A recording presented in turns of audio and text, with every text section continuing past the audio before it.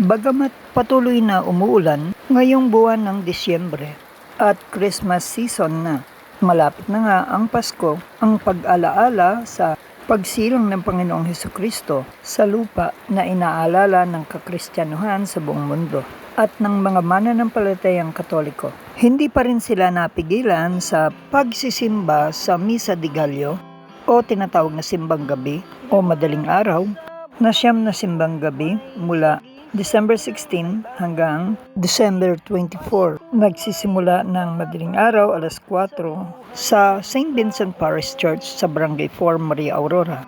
Palamutian naman ang nasabing simbahan ng simple ngunit magandang Christmas lights na siyang sasalubong sa mga deboto sa nasabing parokya upang humiling, manalangin, magpasalamat at alalahanin ang tunay na kahulugan ng Pasko at ang ginawang sakripisyo ng Panginoong Hesukristo nang siya ay bumaba sa lupa upang tubusin ang kasalanan ng mga tao. Taon-taon itong ginagawa at walang humpay, alugod na ginagawa ng mga mananampalataya na Katoliko. Sa kalsadang ito ng Montero Street matatagpuan ang nasabing simbahan sa bayan ng Maria Aurora sa Aurora Province. Sa labas naman mayroong mga nagtitinda ng mga bibingka at kung ano-ano pa at bukas ang mga tindahan sa paligid ng nasabing simbahan.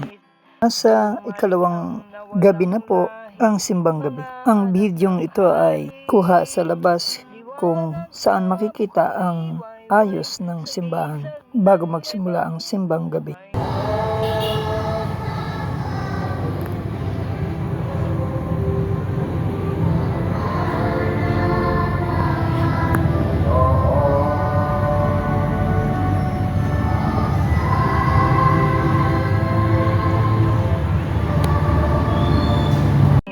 Pasko ay ang pagbabago sa buhay ng tao.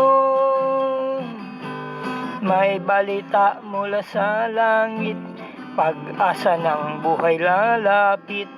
Anak ng Diyos ay paririto at magiging tao. Liwanag ng bukang liwayway, sa gisag ng may bagong buhay. Pasko ay ang pagbabago sa buhay ng tao. Nang sa lupa Pasko'y sumapit, ang tao'y nasubukan ang langit. Bumalik ang nawalang lahi, mga anak ng hari.